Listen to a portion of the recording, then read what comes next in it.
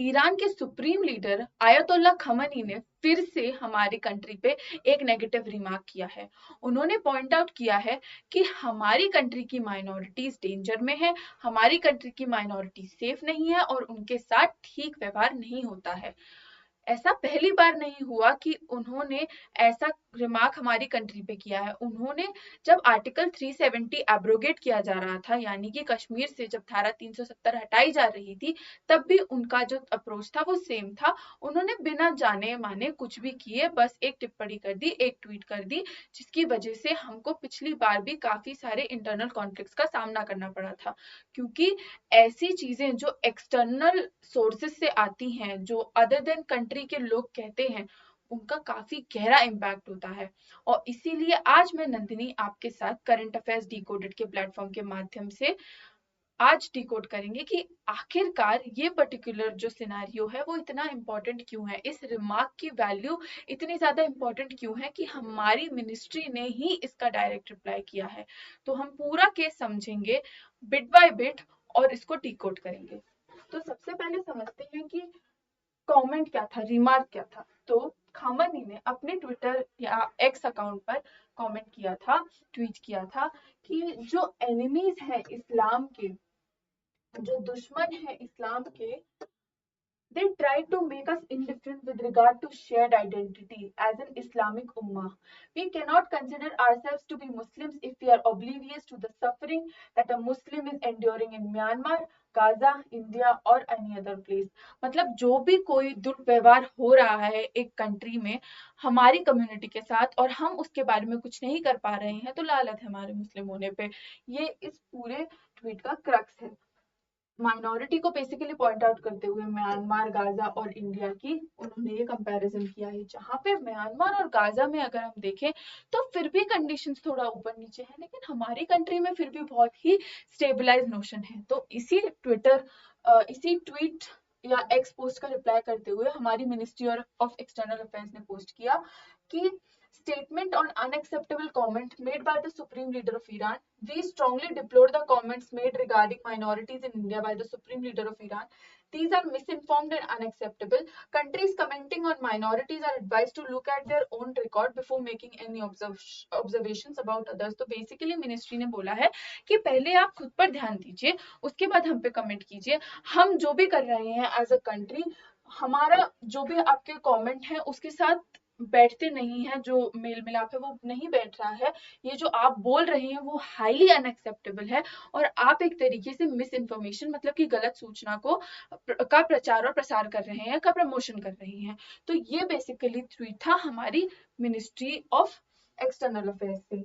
तो इसके बाद जब हम मेन डिस्कशन पे आते हैं तो समझते हैं कि क्यों ये इतना ज्यादा प्रॉब्लमैटिक पूरा सिचुएशन है। ये जो है मैंने आपके लिए एक रिटन फॉर्मेट में दिया है पीपीटी में। और जो कंट्रोवर्सी है जिसमें हम लोगों ने बोला है कि कंट्री पहले अपने आप को देख ले, वो कुछ इस प्रकार है कि क्या हुआ था जब से ईरान का हम आइडेंटिफिकेशन करते हैं, तब से कुछ ऐसे मेजर केसेस हैं जो ईरान में हो चुके हैं, जिसके चलते ह्यूमैनिटेरियन क्राइसिस मान सकते हैं आप, या फिर एक तरीके से कि वहां पे माइनॉरिटीज का ट्रीटमेंट इवन वहां पे भी ठीक नहीं है। तो फिर आप कैसे हमारे देश पे कमेंट कर रहे हैं जब आपको कुछ पता ही नहीं है। तो उस पे लाइट डालते हुए ये दो केसेस मैं डिस्कस करना चाहूंगी आपके साथ। पहला जो कि है वो है शिया मुस्लिम्स के बारे में। तो शिया मुस्लिम्स और शिया मुस्लिम्स मेजॉरिटी में मतलब अब हैं, लेकिन पहले जो थे वो फारसीज थे। और फारसीज जो मैंने यहाँ पे रिपोर्ट किया है कि माइनॉरिटी प्रोसिक्यूशन या जीनोसाइड के बारे में जो कोट किया है, वो इन बेसिकली इसी कम्युनिटी के बारे में, जो राष्ट्रीय कम्युनिटी के बारे में, जो अभी के टाइम पे आई एम सो सॉरी, जो अभी के टाइम पे हमारे इंडिया में रहते हैं, मुंबई वगैरह में उनका ज्यादा रहना मिलना है। वो लोग वहां से फ्लड करके आए थे, वहां से भाग कर आए थे। क्यों? क्योंकि उनके साथ ठीक तरीके का व्यवहार नहीं हो रहा था। अभी के टाइम पे इट इज 99.4% पीपल, 99.4% पॉपुलेशन जो शिया मुस्लिम है। बट पहले ऐसा नहीं था, पहले उलट सिचुएशन थी। इट वॉज पहले द पारसी कम्युनिटी जो बहुत ज्यादा मेजोरिटी में थी, बट क्योंकि इनके साथ टॉर्चर किया गया, क्योंकि इनके साथ ठीक व्यवहार नहीं किया गया, इसकी वजह से these people basically fled to other countries and eventually turned into a minority in their own nation. That's what happened. That is case one that we are discussing about in light of कि क्यों Iran एक बहुत अच्छी position में नहीं है हम पर कमेंट करने के लिए।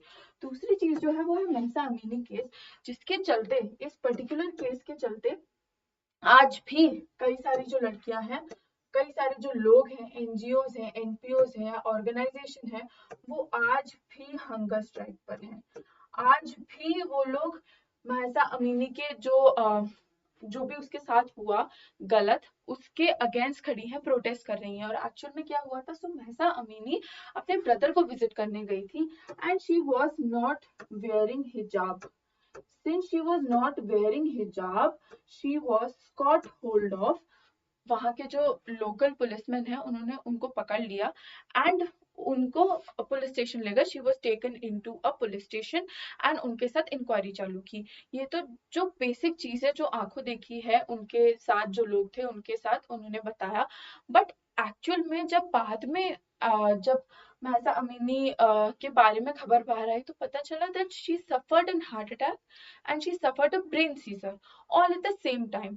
और ये रिपोर्ट किया गया था वहां के पुलिस ऑफिशियल्स ने, वहां के पुलिस वालों ने, कि उनके साथ ऐसा ऐसा हुआ, जबकि उनकी कोई पास्ट हिस्ट्री नहीं थी, जिसकी वजह से इनकी जो डेथ है वो बहुत ज्यादा कंट्रोवर्सी में आई, क्योंकि it was considered as a murder. It was considered कि कुछ तो गलत हुआ है इसके साथ जिसकी वजह से ये पर्टिकुलर चीज हुई, because there was no past history as सच।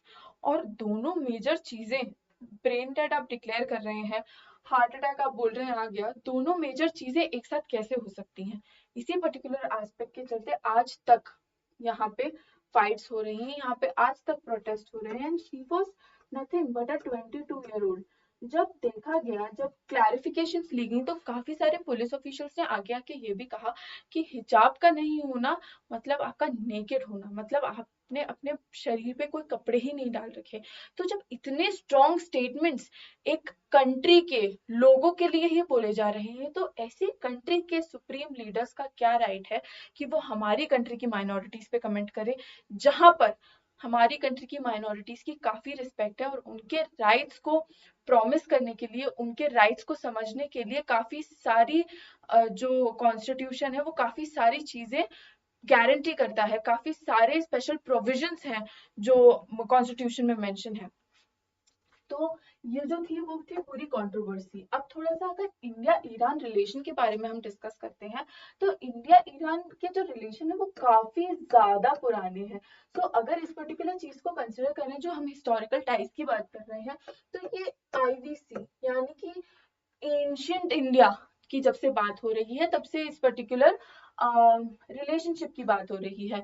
क्योंकि आईवीसी हड़प्पन कल्चर के टाइम पर देखा गया कि काफी सारे ट्रेड ट्रांजैक्शन, सोशल इकोनॉमिकल काफी सारी चीजें उस टाइम पर हो रही थी, जिसकी वजह से माना गया कि काफी सारी हिस्टोरिकल टाइज प्रेजेंट है when we talk about India Iran relationship.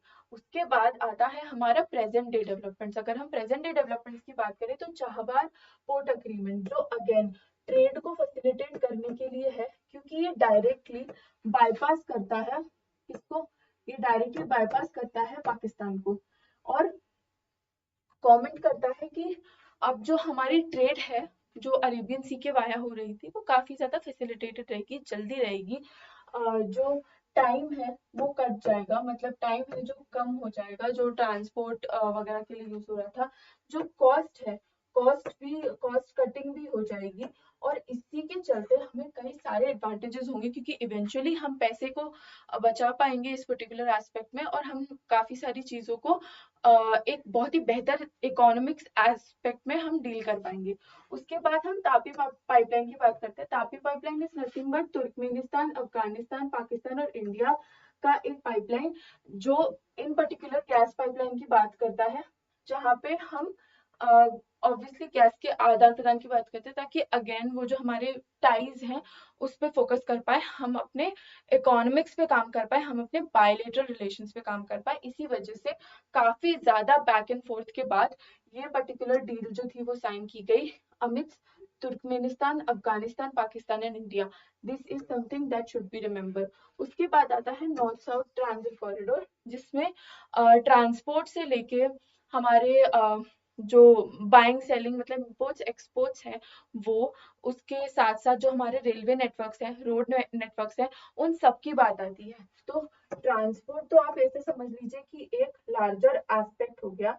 Transport के साथ रोड हमारे रोड डेवलपमेंट, हमारा रेलवे, और ये पोर्ट के जो चाबार पोर्ट है, इसके वाया हम ऑलरेडी सी रूट को भी टारगेट कर रहे हैं। तो ये सारा एस्पेक्ट भी कंसिडर हुआ। नॉर्थ साउथ ट्रांजिट कॉरिडोर में बेसिकली रशिया भी आता है, और ये सारी कंट्रीज को कंसिडर करते हुए चलता है इन द टाइम्स कि जब भी हमको कोई भी किसी से भी हेल्प लेना, किसी से भी साथ में ट्रांजैक्शन करना, मार्केट में आना, import export and all the things that go in a society, अगर हमें कुछ भी करने की जरूरत है, उसको ये पर्टिकुलर टूर, ये जो पर्टिकुलर रूट है वो फैसिलिटेट करेगा।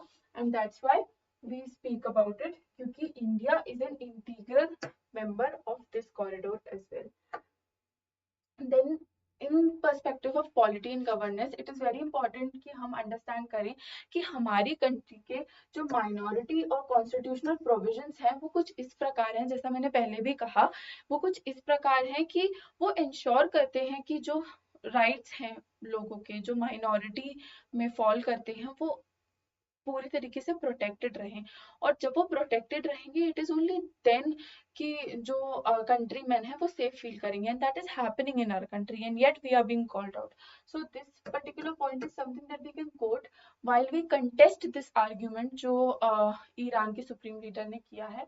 एंड देन आर जो हमारा स्टांस है इंटरनेशनल क्रिटिसिज्म पे, बहुत ही डिप्लोमेटिक है। तो I think that is also an add on to what are governance policies से, क्योंकि हम किसी भी चीज पर एक्सट्रीम नहीं है as a country. Then there is a moral responsibility in foreign policy as well, that is seen. तो देखा गया है कि हम लोग काफी ज्यादा मॉरली इंक्लाइंड है, तो in terms of helping, in terms of being there for other countries, are neighbours and all that, that is also something that we as a country deal with in terms of our international relation. Our international relation policy is way too flexible for everyone, and that is something जो इस पूरी situation को बहुत ही ज्यादा differentiate करता है from other countries.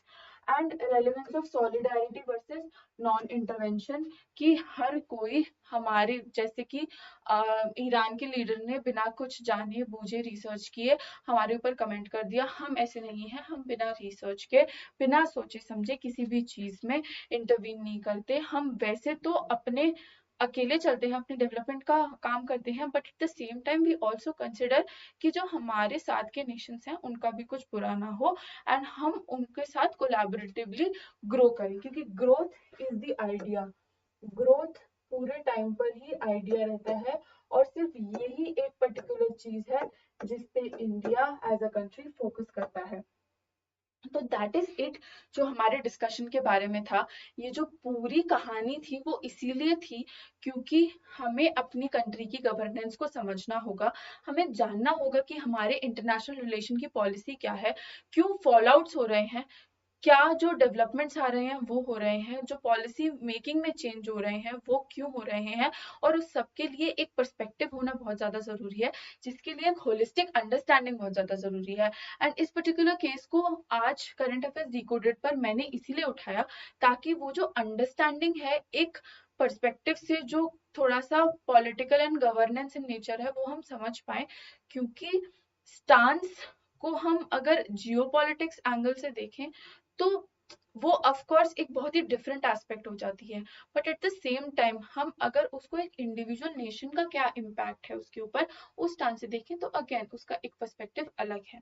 So that is all in this session. If you need any other information that you feel is relevant to this particular topic, please do write back to us. हमारा एक Telegram channel है जिसका नाम है current affairs decoded, आप हमको वहां पे डायरेक्टली ज्वाइन करके मैसेज कर सकते हैं, या फिर आप कमेंट सेक्शन में भी हमें बता सकते हैं कि आपकी क्या राय है, आपका क्या मानना है, या आपकी क्या वांट है from the next session. Suggestions are most welcome. If you like this initiative, do like, share, comment, and subscribe to our channel. If you're already a subscriber, a very, very warm thank you to all of you. With this is me, Nandini, signing off for the day. Thank you so much.